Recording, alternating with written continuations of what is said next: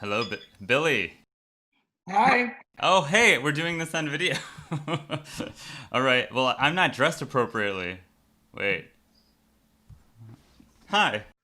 What's not appropriate about that? This is not appropriate for an interview. I thought we were just doing an audio interview, but you look at you. You look fab. Honey, we have Zoom. Why are we not doing Zoom? Well, let me put a shirt on. You don't have to put a shirt on for me. I was not ready. You know what I've appreciated about you, and there's so much. The interview would end, and I would still be going. But I have to say that you show up. You've been showing up, even in quarantine. I've been seeing everything that you're doing, the art that you're putting out there. For me, your version of Edelweiss is still healing, and it has Oh, been particularly healing to me in this very moment. Um, oh, thank you. yeah, and I want to talk about For What It's Worth, but before we get there, I want to know. I was thinking about Pose and Love is the Message and how healing the message of that episode was how healing music can be. And where Yeah. are you going right now as far as music? What do you listen to sort of get you through the moment, help you recharge, help you rejuvenate? I'm in the middle of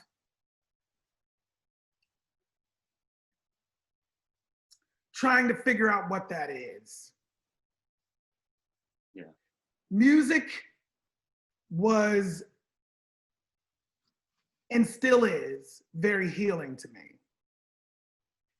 I am moving into a space of, for my own mainstream music, as I re-enter the mainstream music market, I'm going back to disco, back to house, back to 70s funk, back to Sylvester, back to Sylvester. Stir. I'm trying to pick up the torch from where he left off when he passed way too soon.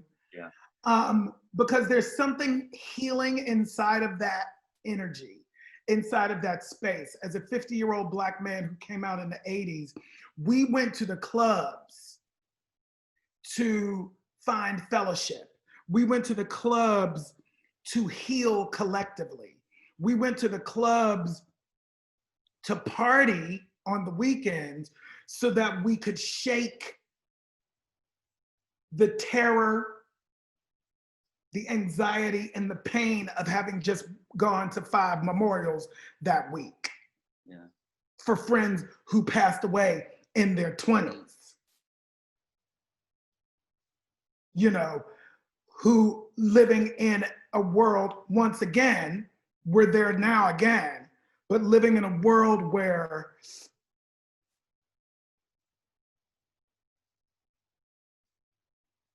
nobody cared about you. Yeah. The government didn't care about us. We deserved to die simply because of who we are. You know, something about this coronavirus is mirroring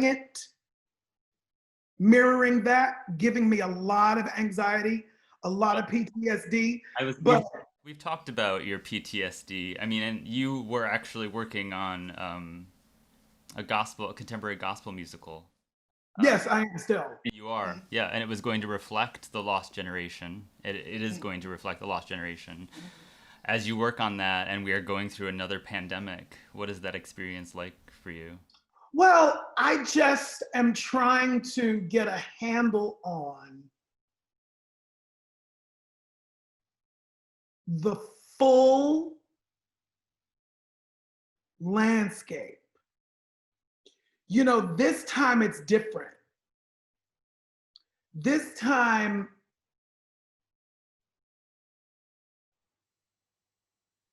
I mean, first of all, the reason why we're in the position that we're in terms of this pandemic, is due to whiteness. It's due to white supremacy. It's due to the fact that everybody knew going in that Orangina 45 was not the choice. But whiteness overrode any, what's the word I'm looking for? It overrode any,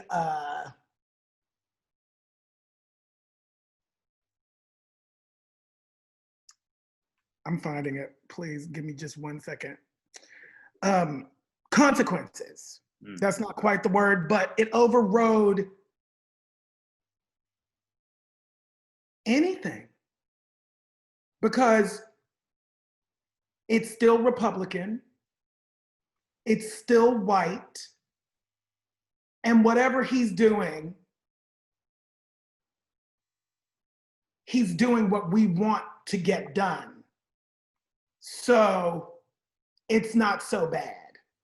We'll just deal with him for 4 years, get all of the shit we want to get done, appointing the courts, taking away health care from citizens, cutting back, rolling back all of the work that we've done for the last 400 years. Let's just roll all of that back because we know we can't stop it, but we can roll it back enough that it will take another 40 years to get back to where we've already gotten or more. So let's just roll everything back.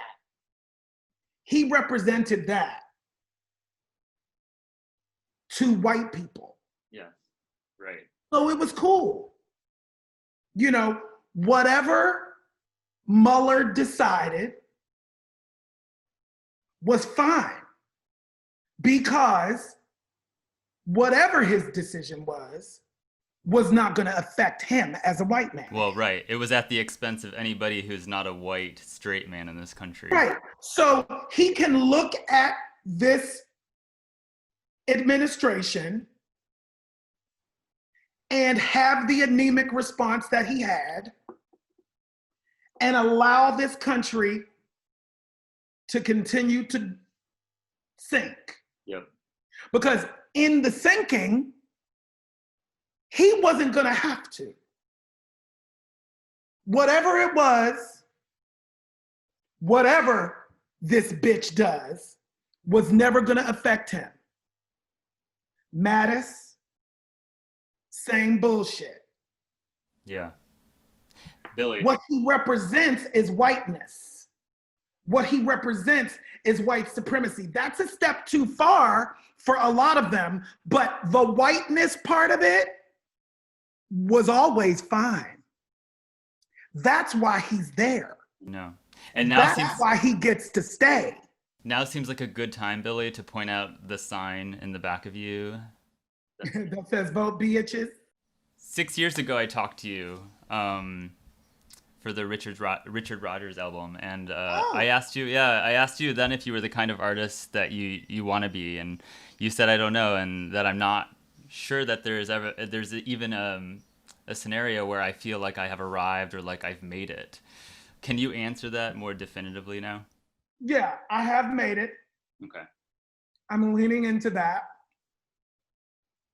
with as much grace and humility as I can. And I'm trying to use the space that I've created for myself to re-enter the music industry in the mainstream on my terms. Yeah, agency. That's what I'm working on. Agency girl. Yeah. Yeah. That's what I'm working on. And, the two singles that I have out right now, which may seem diametrically opposed, are exactly who I am. Yeah.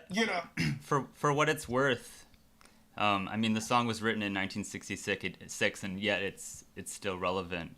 What memory do you have of hearing Buffalo Springfield's version for the first time?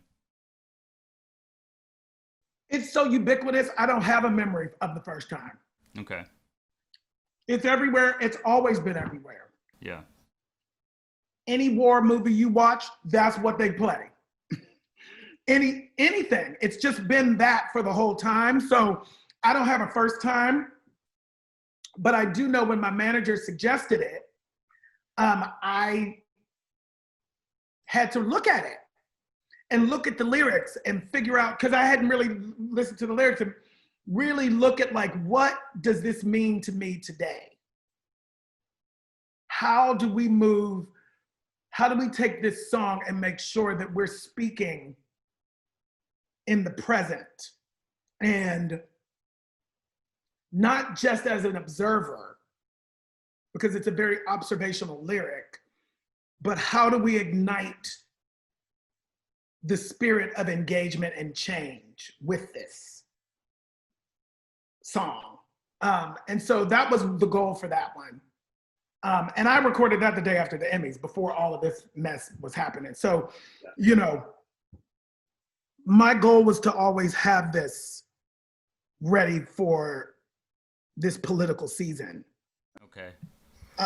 When is the whole protest, the Billy Porter protest album coming? I mean, the time is so ripe. I think that there's always protest in it. Mm-hmm. I think there is no music from Billy Porter without the spirit, without hope, and without protest. It all is that. You know, yeah. We will. I'm working on that new album right now. I'm signing a new deal right now, and it's really, you know, I have some shit to say. Right. It'll be protest. It'll be dance. It'll be love. It'll be hope. It'll be all of it. Yeah. We need that. Because those are all of the things that I am, and I no longer have to compartmentalize the wholeness and the fullness of myself anymore. I don't have to do that anymore. It sounds like there's been a lot of growth for you even over the last 5 or 6 years. Yeah. What advice do you have for Black LGBTQ people who are still pushing against an oppressive society that doesn't allow them to be exactly who they want to be? Don't wait for anybody to give you permission to be who you are. Just be it. Just be it and let those motherfuckers catch up. Yeah. When did you realize that catch up? When you catch up, what was that? Keep going. I said, when you catch up, you'll figure it out. But like, that's not my journey. Y'all need to catch up. I'm not the problem. People think you're the problem. Yeah. It's like, we have to stop thinking that we're the problem. Yeah. We're made to feel like we're the problem and we need to be fixed. No, y'all are the problem. If you have a problem with my authenticity, that's your stuff that I will no longer take on or receive. And I'm going to make sure that I sit in the fullness of myself and give that 100%, no matter where the chips may fall. And I'm living proof that that actually works out. Yeah. It's not fast. It's not always fast. And I think that's a lot of the problem, you know, is that we have gotten more and more microwavable in the way we live and the way and our expectations. You know, we live this microwave life and everything is instantaneous. It's like, I'm 50 fucking years old, y'all. Yeah, some people probably... I've been this since 1985. You have put the time in. I bet people don't realize that about you. They don't, because I'm Black and Black don't crack and they don't realize it. And it's all good, but like, no, I'm 50. Yeah. Yeah. And as a result of that, I have no more time to give I have no more time to give any fucks about what other people think about what I'm doing. I don't have time. I am middle-aged. I have to say exactly what I want to say and do exactly what I want to do. Period. Yes. I mean, that is good advice for anyone who feels oppressed in society. Yeah. You got to do you, baby, right? Period. You got to do you. Reflecting on Kinky Boots and Pose, how do you think those projects have changed the conversation when it comes to POC and LGBTQ communities? Well, there are Black people in these spaces. Mm-hmm. You know, when the LGBTQ stories started being told in the mainstream, it was all about white people. Always. I'm still waiting for my guest spot on Will and Grace. Still. Have you auditioned? Never a call, never a thought, never anything. I'm not saying this because I'm angry about it or I'm trying to call them out or anything. We write what we know, and what those white people knew was white people. And that's what they wrote about. Yeah. So now I'm in a position of power and I'm going to write about my people.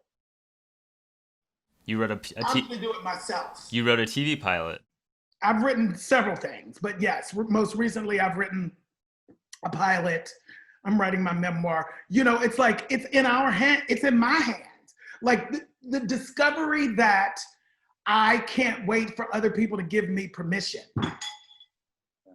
I can't wait for other people in positions of power to validate me. I can't wait to be invited to the table. I'm at the table. I crashed the party. I'm at the table. Here I am. You know, it's like, well, we must. That's how you got where you are. You kept crashing the table. Yeah, I crashed the party. I crashed the dinner party. Yeah. And I'm going to keep doing that. I think the deadline for the memoir is, which means I should probably let you go. The deadline is in October, right? You really do your research. Girl, yes, I know my stuff. I know my Billy Porter. I'm up on you. So due in October, what can you share with me about it at this point? You know, it's in transition. You know, what's really interesting is that because of COVID, because of the lockdown, because of the work that I've been doing in lockdown on myself, you know, it's not a memoir just about recounting my disappointments and my successes. It's deeper than that. And I'm trying to figure out what that is. And I'm just trying to allow myself to let it come and not be so Virgo about it, you know, so planned about it. So like, it's like, yeah, I wrote the proposal, yes. But like what I'm feeling in my spirit is connected to that, but also much deeper and much different than what it had originally started out to be. So I'm literally in the space of trying to just let it come. Is it tough to keep up with what is happening internally during this moment? Seeing as though you have a deadline in October as we move to this Black Lives Matter movement, the pandemic. It was easier to deal with it until you have brought it up 3 times today. I've been actually doing all right until the 3 times that you brought it up today. I've triggered you is what you're saying. Well, yes, well, listen, you know what? No, it's all good. Yeah, I'm just trying to be compassionate with myself. Yeah. Give myself the space to be wherever I am emotionally, to be wherever I am spiritually, to be wherever I am creatively, and move through it, not compartmentalize it, not put the pain away, not ignore it, none of that. Like move right directly through all of it. Yeah. That's what I'm trying to do.